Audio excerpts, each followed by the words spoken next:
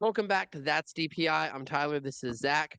We are 1 week away from That's DPI on location at Chiefs training camp. Training camp opens up to the public on July 23rd. However, we will be there before the general public has access to it on July 22nd. We are going to give you exclusive content. So make sure you guys are subscribed.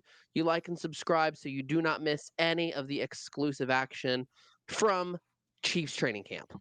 Not only will we be having long form analysis of Chiefs training camp before the general public has access to those sessions, but we will have short form content on our YouTube and our TikTok as well. So make sure you check that out. Follow us there and subscribe here so you don't miss any of it because it's going to be a blast next week. I know we're super excited. But speaking of the Kansas City Chiefs, we're going to jump right into it as since our last episode recording, they have extended former sixth-round pick in NFL star guard Trey Smith to a massive deal. Tyler, go ahead and break it down. What are the financials and what are the implications of that deal here for Kansas City? So the signing of Trey Smith is so uncharacteristic for Chiefs GM Brett Veach, but it's such a good thing. So Trey Smith signed a 4-year, $94 million contract with $70 million Wow. guaranteed. This is the second offensive line that Brett Veach has signed to a massive contract extension. The other, of course, being center Creed Humphrey. And so the implication is that Brett Veach is prioritizing the protections of Patrick Mahomes rather than maybe bringing in superstar wide receivers and signing superstars on defense. He's really prioritizing the offensive line.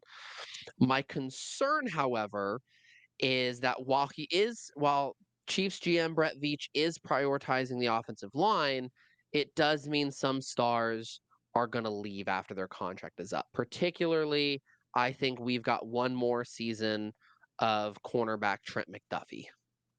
I don't think we're going to be able to sign Nick Bolton, Trey Smith, Creed Humphrey, and Trent McDuffie on top of other things. Especially with some of the new extensions like the one to Sauce Gardner recently. Trent McDuffie will get something similar, if not larger. And I agree with you. hmm I don't think it'll be with Kansas City. I do think it's going to be a trade, though. I don't think Trent McDuffie is going to be lost to free agency. I think it's going to be very L'Jarius Sneed-esque. If you don't remember, L'Jarius Sneed I think he was franchise tagged last year, but I know he was traded to the Tennessee Titans. They lined up a couple trades, and then they let Sneed choose which team he wants to go to, and that was the Tennessee Titans. We got a couple draft picks out of him that we used this year. And I think that's going to be the case next year. I think next year, Trent McDuffie is going to go via trade next offseason. But I'm so excited for this signing of Trey Smith. Signing Trey Smith and Nick Bolton to massive deals in the same contract year is nuts. It's so Brett Veach-esque. It's amazing. It's something that you and I didn't even think possible at the beginning of the offseason. We were discussing what the Kansas City Chiefs would do because they had a need at tackle. They filled that with Josh Simmons, their first round pick. Mhm. They had to re-sign both of those key players. Of course, they let Justin Reed go, right? That was the one loss, but to re-sign both of their young drafted stars is huge. That's keeping guys that you wanted in the organization in the organization. It's massive. Yeah, absolutely. The the run on Twitter last offseason or earlier this offseason really was Justin Reed, Trey Smith, Nick Bolton. Which one of those guys are you going to sign? Brett Veach chose two, and that's phenomenal that he's able to do that. Yeah, and I think last thing on this probably, but I think that this definitely means this is Kelsey's final season in the NFL, and Chris Jones's career is coming to a close in the near future because these cap hits are piling up, especially with how we've talked about Patrick Mahomes is going to start taking up 60 to 70 million dollars of cap hit per season. You have to be extremely aware of losing some of those veterans like Jones and Kelsey in the near future, if not next season. Yeah, and in terms of Travis Kelsey, I'm shocked that Kelsey's even coming back. In terms of Chris Jones, his his current contract runs through the 2028 season. So we do have Chris Jones for a couple more years, but yeah, I don't imagine Chris Jones to be a member of the Red and Gold beyond that, whether it's retirement or signing somewhere else for the tail end of his career. But we do have a couple more years with Chris Jones left, and yeah, I agree. One final year with Travis Kelsey. Gotcha. Speaking of signing, we're going to get to our story of the week. It's kind of been brewing a little bit in the background, but it's come to a complete head here in this episode. And I addressed it a little bit in our shorts page earlier this week, but we want to get some more in-depth coverage of it. It is the fact that your favorite team probably has not signed their second round pick. Just two of the second round picks in the NFL have signed a contract. That is Jaden Higgins of the Houston Texans and Carson Schweisinger of the Cleveland Browns.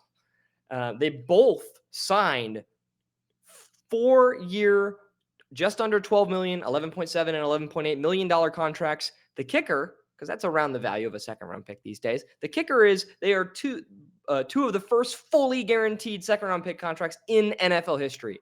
And so this has created quite the stir. No second round pick is now willing to sign for less than that.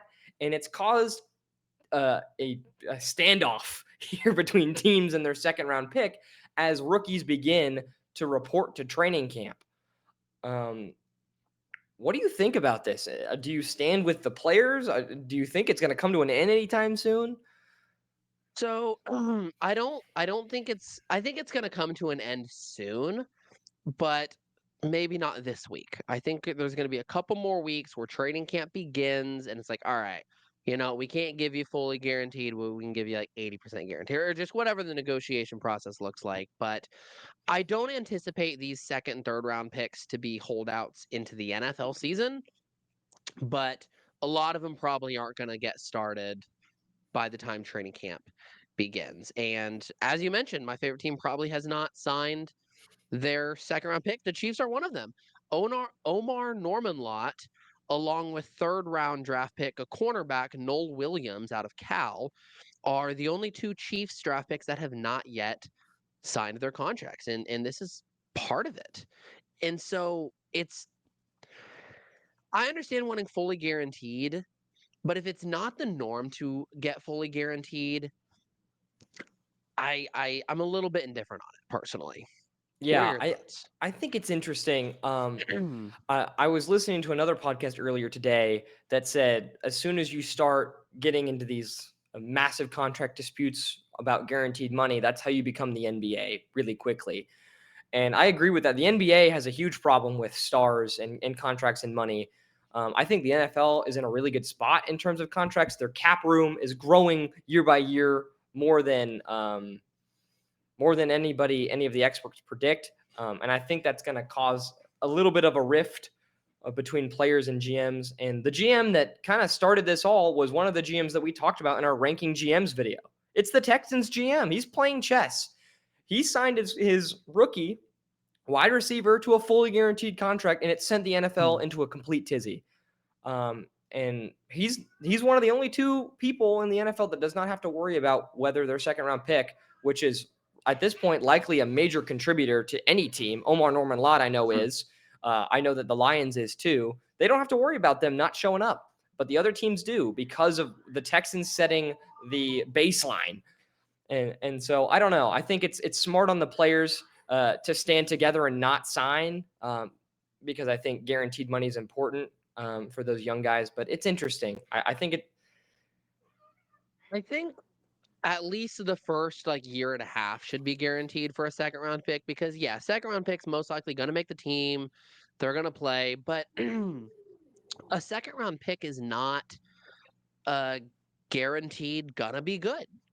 And so most of these contracts are going to be, 3 or 4 years for a rookie contract, but after that it's so by the time you get deep into year 3, you know if that player is going to be good or not.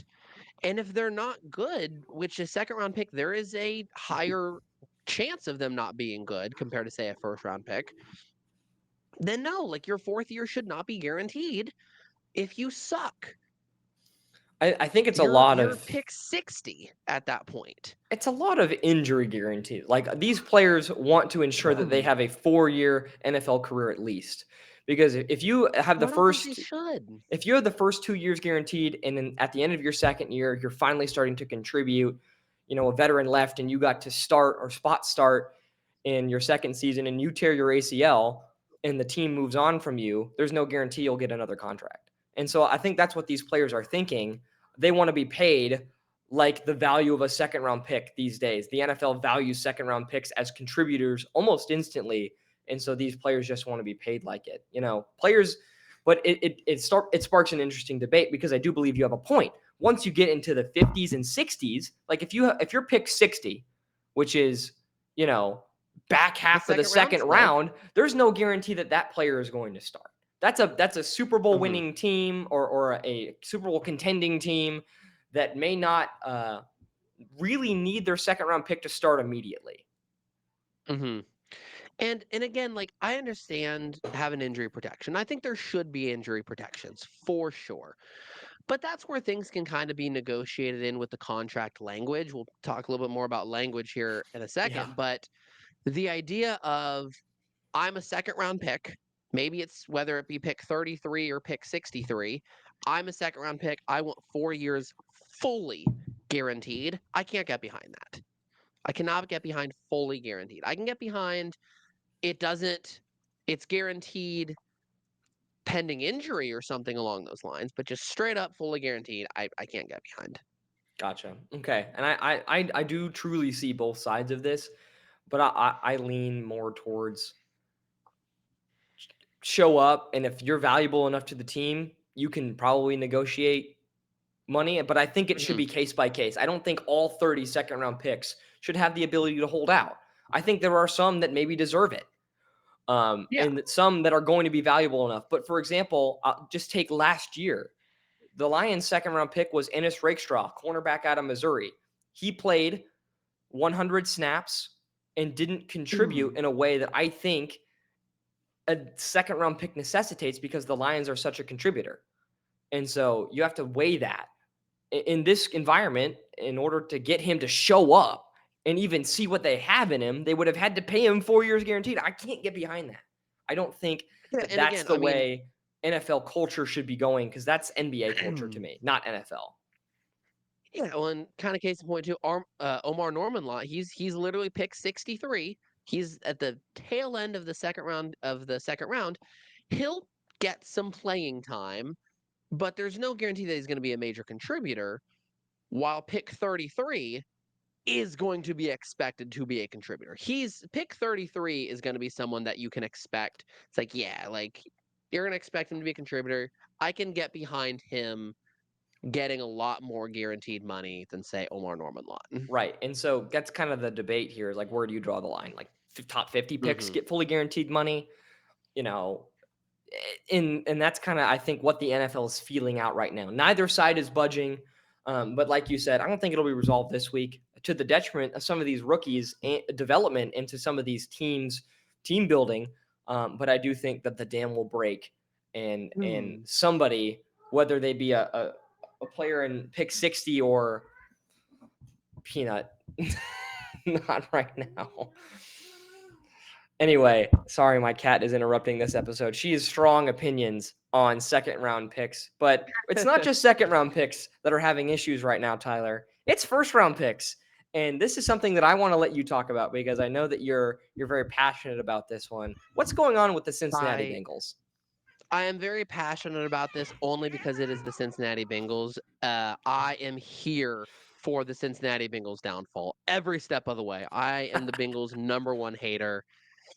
Probably more of a hater on the Bengals than even most Steelers fans, if I'm being honest. But yes, first round, I want to repeat again, first round draft pick Shamar Stewart has also not signed a contract with the Cincinnati Bengals. And a lot of it comes down to contract language. It's not even necessarily like the fully guaranteed or not fully guaranteed, but it's super confusing.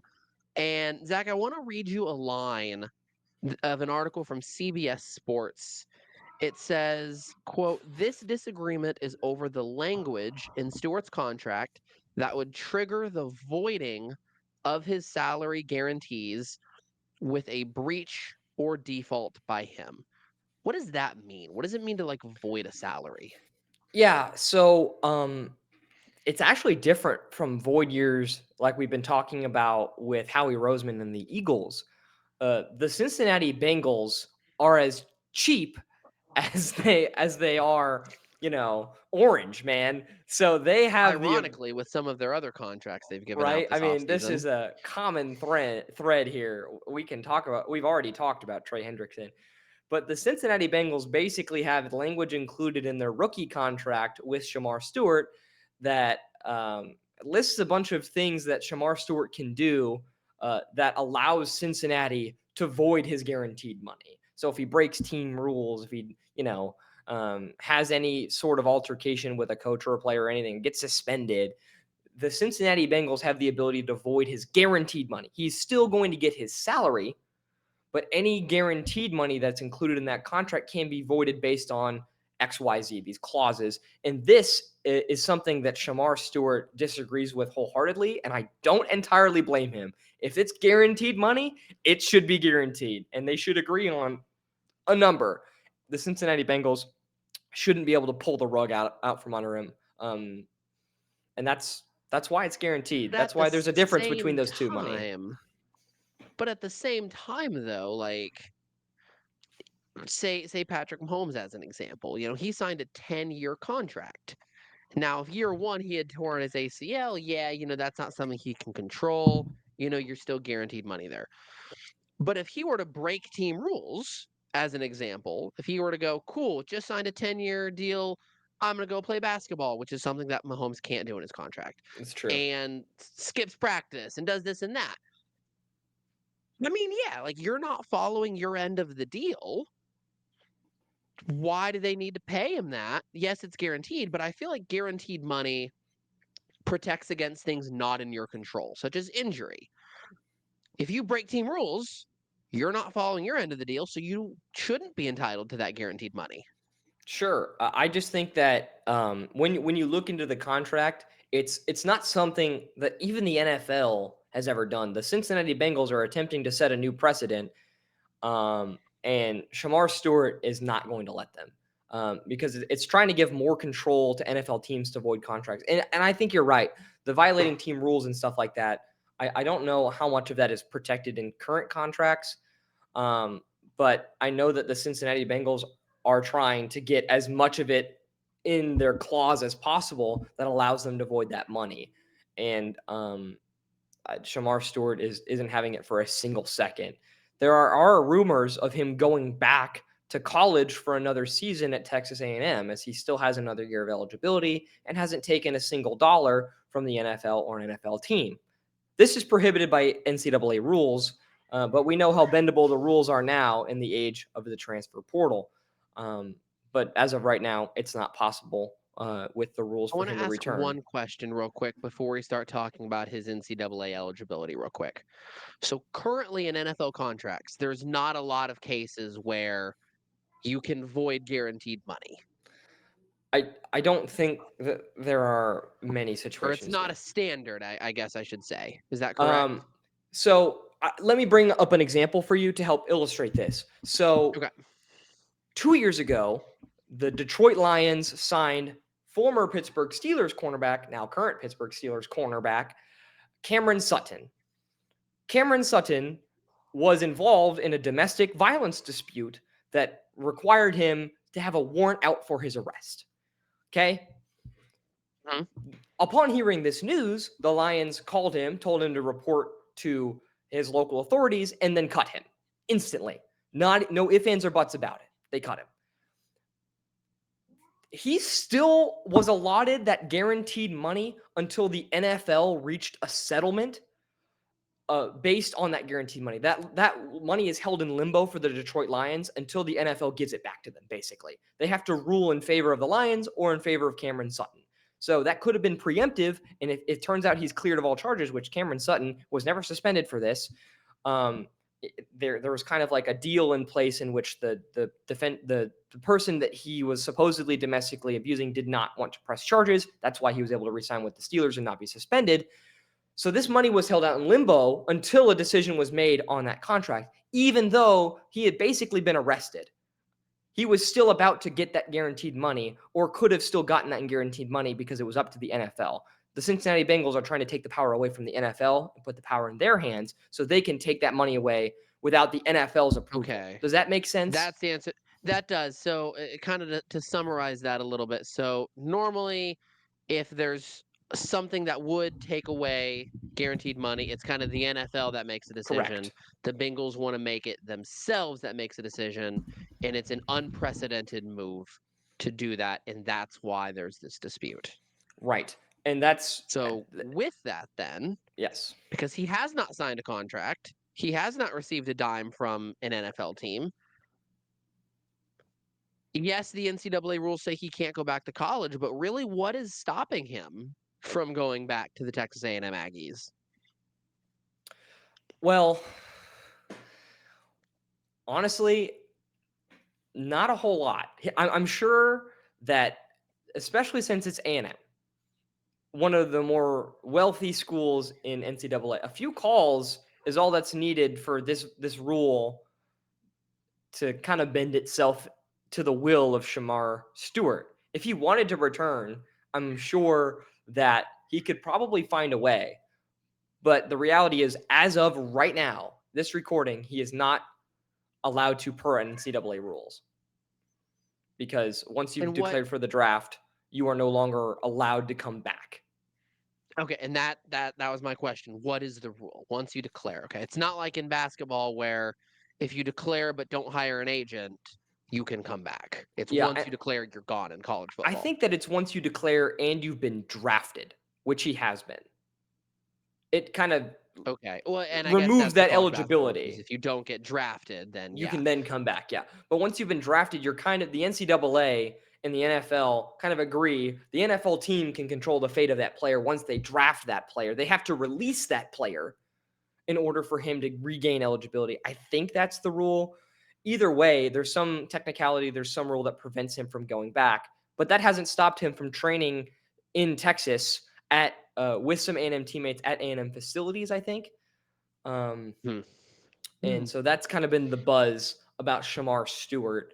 And as much as I would love to see him go back to Texas A&M and the Cincinnati Bengals just completely waste their first-round draft pick, I don't think he should be allowed to go back because that almost sets a precedent of, you know what, if I don't like the team that I get drafted by, I'm just going to create some nonsense about a contract and then go back. And I don't think that should be allowed. I agree. It reminds me of stuff that happened in the very early days of the NFL draft when players would get drafted and then, sign with another football league or declare for the Army instead of playing for the Pittsburgh Steelers or something crazy like that. I don't think we gotta find some crazy stories about teams doing that because I can think of Otis Taylor doing that for the Chiefs right away. I mean, Bobby Lane, the most famous Detroit Lion in the last century, literally got drafted by the Steelers and said, "I will not play it down for you. You have to trade me." And that was not. You couldn't just request trades. Well, we have seen that a little bit. Otis Taylor. I'm searching up right now which team drafted him in the NFL, but Otis Taylor was drafted by the Philadelphia Eagles in the NFL.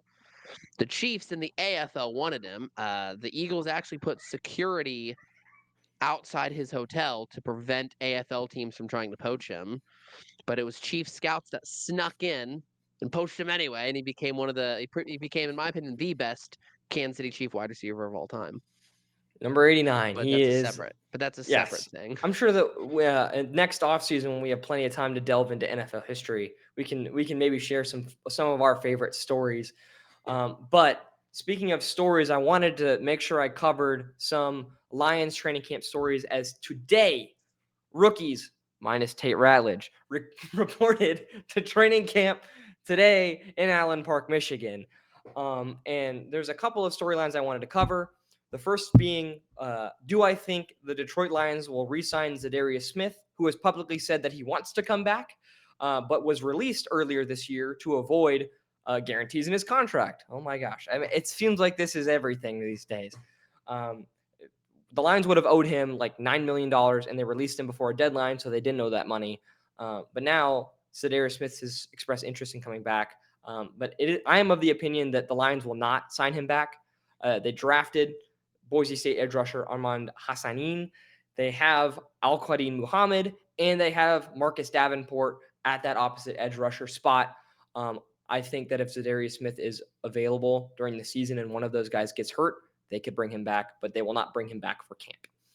Second story I wanted to cover, and it's something that I briefly talked about with you, and I want to ask you, the viewers, this question.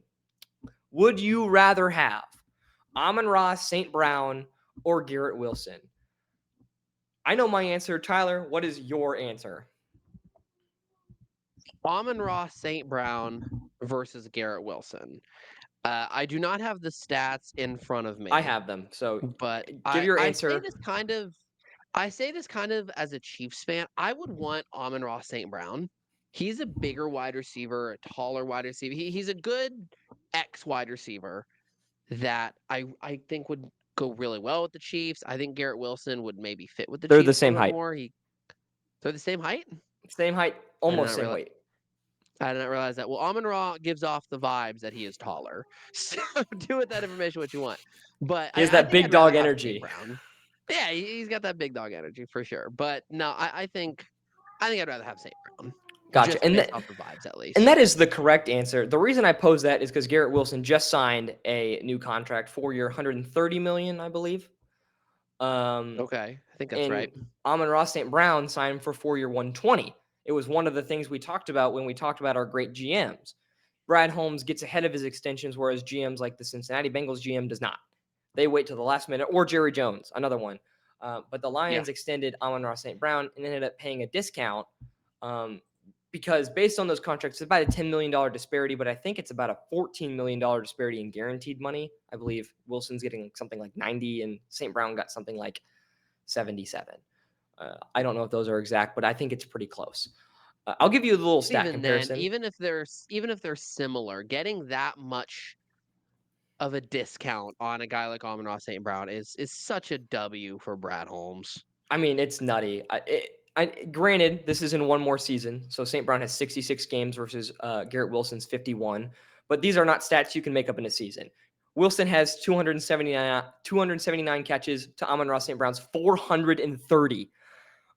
There's 4,800 yards for St. Brown and just 3,200 for Garrett. St. Brown has 32 receiving touchdowns to Garrett's 14. Additionally, their yards per reception are nearly identical. St. Brown's at 11.3, Garrett Wilson's at 11.6. So even then, he's not even more efficient. This is another Brad Holmes extreme W, and it's just something I wanted to highlight as training camp approaches and all these extensions get signed. The Lions continue to get very big discounts on their star players that they draft. But one player that they just drafted that they may not get a discount on is Tate Ratledge, who, after the sudden retirement of Frank Ragnow, has floated around as a potential center this season. Direct one-to-one replacement of Frank Ragnow. He has played center in practice at Georgia, but he's never appeared in a game as a center. And the Lions at least have floated the idea of training him as a center. I don't want this to happen. I would rather move Graham Glasgow to center and have him play guard. But either way, it doesn't matter where I want him to play because he won't be reporting today with the rest of the rookies as he has not signed a contract. So he's one of those second-round picks. That'll be interesting to see how that plays out because the Lions play sooner than everybody else. The Lions play football this month. In just a couple weeks, they play in the Hall of Fame game on July 31st. That's right. 7 o'clock on that Thursday. We have July NFL football this year. And as a Lions fan, I really hope that Tate Ratledge is there to get his first reps. It is the Hall of Fame game, so you can't expect too many. starting caliber players to get time, but I imagine at least the rookies will get a drive or two just to get the NFL jitters out. Oh, yeah. Oh, the rookies will definitely get in for sure. Um, Especially if it's a rookie that potentially could be moving positions. You definitely want to see him get a rep Hmm. or two in the preseason.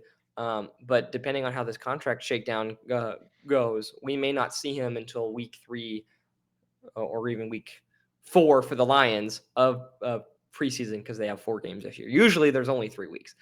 Um, but yeah, it's an interesting situation. Wanted to make sure I updated all of the One Pride Lions fans. I know we have a couple in the viewership in the comments, not just Eagles fans. Okay, there's a couple Lions, there's a couple Chiefs fans. But I think that's all we got for this week. Once again, like and subscribe, turn on notifications for our that's DPI on location at Chiefs Training Camp. Stay tuned for updates on that, along with updates as to how we are going to preview and cover the Pro Football Hall of Fame game. Yep. Thank you so much for watching. We'll see you next week.